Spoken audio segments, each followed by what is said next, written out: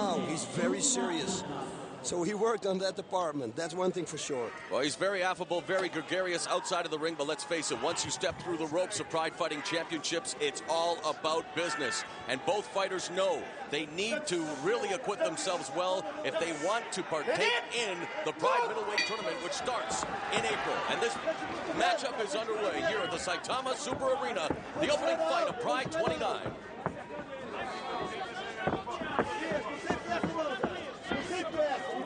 And we saw Mario Sperry surprise everyone with his 11-second knockout of Mike Bensick the last time he was in action here at Pride Fighting Championships back at Bushido 2. He's been working on his stand-up.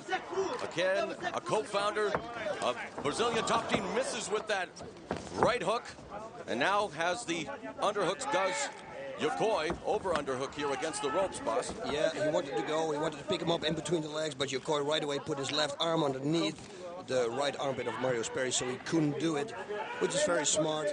And this, like we said in the beginning, they're so evenly matched up, and this is what happens at the beginning of the fight. You know, they're going to find the mistake that the opponent can make, and then hopefully they can capitalize on it and can keep going. So I predict that this fight within like 3 minutes will really start going. 1 minute has elapsed. The referee already calls for the break in the corner, brings them back to the center of the ring, and right now going through the feeling out process are Sperry and Yokoi. Ducking again is Yokoi, can't manage to go in for the shoot, however, as Sperry backs up.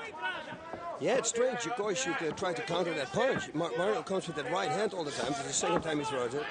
Just try to, instead of going for the takedown, try to block it and counter-attack it with the right straight. Early on, it looks like Sperry a little more comfortable than Yokoi. You're right, Yokoi has what we describe as nervous energy. And Sperry, of course, has a very good pedigree. 3-time World Jiu-Jitsu champion, 2-time Brazilian Jiu-Jitsu absolute champion, dominated Abu Dhabi as well. That was a knee there, very low. You get a warning from the referee because it was almost in the groin. Yokoi, and another one, you see? He's doing it back now. He says, okay, an eye for an eye. Officially, it's something else. I don't want to say it. Trying to turn the tables now as they just jockey for position along the ropes. Really a stalemate now. Sperry exerting some energy. And Yokoi with a shot to the body, a couple of knees up the middle by Sperry, but really not too much happening here, and you got to be careful how much energy you expend early on, boss. Yeah, you know, and you know what you have to do in a body lock position like this. You should no, the left knee. You should use the left knee because there your opponent has no defense. And again, with the body lock, you want to attempt the takedown, and of course, that's where he wants to take it. A guy like Sperry, you want to bring it to the ground. That's your domain. Yep. Nice kick. Yokoi comes back for the right, and there's our first flurry of action. Yokoi goes in again, not a very aggressive shoot. Double underhooks, or overhooks there by Sperry. And he's already cut. Yep, a little cut. Nice balance here, both fighters. You see, this is very well balanced. He tried to pick the leg there. It didn't work. Trip, the inside trip. Oh, actually outside trip, sorry. And they're going to take a look at that cut as we have stated on many occasions. Safety of the fighter paramount here in Pride Fighting Championships. Yokoi made his Pride debut at Championship Chaos in 2002, beating Dutch kickboxer Gerald Venetian. It was Sperry making an auspicious debut as he was able to triangle choke Igor Vovchanchin in less than 3 minutes at Pride 17. And boss, why don't you lead us through what's happening here with the doctors looking over Mario Sperry? Well, they're checking how big that cut is, and you will be surprised how small it can be. And I always tell the people, you know, you're fighting. Your heart rate is up. A little cut can bleed a lot. It doesn't mean anything. Look at him now. There's nothing. He's got nothing. It's just a little cut. Doctors checking it because safety first, of course.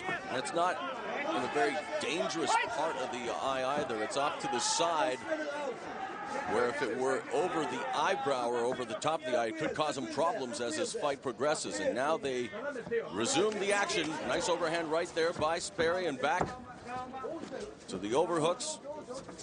It looks like this is Sperry's game plan, punching and come in an upper body lock, because he throws 2 punches, but he closes the distance so fast that he can throw a third. So that's why I think it's kind of a strategy, going for upper body. And really all he's doing here is neutralizing Yokoi, but not really able to do much else. And at this stage, Yokoi is going to try to muscle out of it there as he was momentarily successful. Really, boss, what is the game plan from this position? This is what we've seen for the better part of 4 minutes now. What does each fighter have to do to try to gain the upper hand here? It's been a stalemate thus far. Yep, and that's, again, I'm telling you again, they're way too close together, but I'm telling you, the first one who's going to get the takedown and lands on top, that's the person who's going to have the most chance of pulling out a victory. But they got to create that distance, and that's what Yokoi's trying to do there now with that uppercut, a couple of knees delivered there by Sperry. Is it a case of where each fighter perhaps respects each other a little too much right now, boss? Yeah, you know what I think? I think Yokoi is a little bit impressed by that right straight that Mario Sperry gave to Mike Bensick, and that's why he's stalling now. He's waiting for that right straight and tries to close the distance, so he cannot fully extend that right straight, so the impact is not full power, because the longer a punch travels, any strike, the harder it will be. You know, it looks like Yokoi's trying to gauge that distance, but right now, for all intents and purposes, Sperry has been in a different time zone, as you see with that wild right hand there. I mean, Yokoi not doing a very good job of closing the gap, and Sperry able to bull rush him back into the ropes again. Yeah, this is very strange. If I would be Yokoi, I would start attacking with punches. Both trying to go for a takedown. That's a good knee. You see now it's going straight through the middle. That could be going to the solar plexus. You know, it was Sperry who told us in the interviews prior to the fight that he felt that Yokoi had good takedowns and is good in the guard, and so far he's been able to stifle any sort of attempts by Yokoi to take it to the ground. But again, we've told you Sperry's credentials. But there's now a distribution of the mount, but nicely done by Sperry, slipping out and gaining the back and now going into guillotine position. Anaconda coming up or not again? Whoa, nice knees here. Looked like momentarily he was going for the front choke, but you're right, boss, just setting him up for a series of knees to the top of the head by Mario Sperry. Very good job here from Mario. He's got to keep this. Make sure that you keep your right leg away so Yokoi can't grab it. He should now use a right knee to the side of to bypass the defense of Yokoi. He's going for a submission almost, looks like. Yeah, nope. Side. Now there's a soccer kick to the head, and there's the Brazilian strategy there, and Yokoi tries to grab hold of the leg, and now Sperry unloading on Hirotaka Yokoi. And he's trying to go for a single leg, but I don't think he's going to get it, see? He's pulled easy out. I think that first kick hurt him, and he's not thinking straight right now. The first half of the fight, close, almost a feeling out process of sorts, but the last 5 minutes has been dominated by Mario Sperry.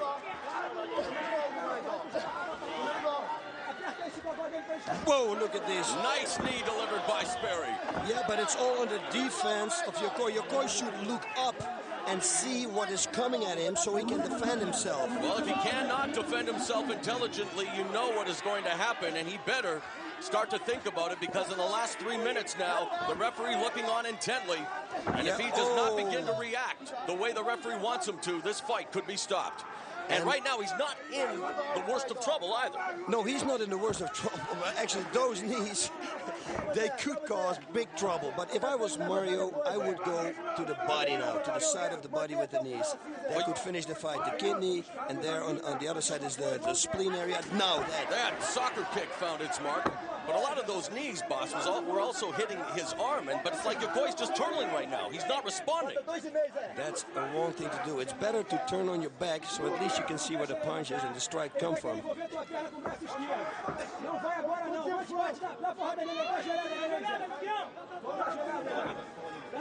Mario's got to go for the body. That's what he's got to do. Go to the side, go for the body. But maybe this is just a distraction that sets him up for a submission. It could be a trick. I mean, we're talking about Brazilian top team here. Bam!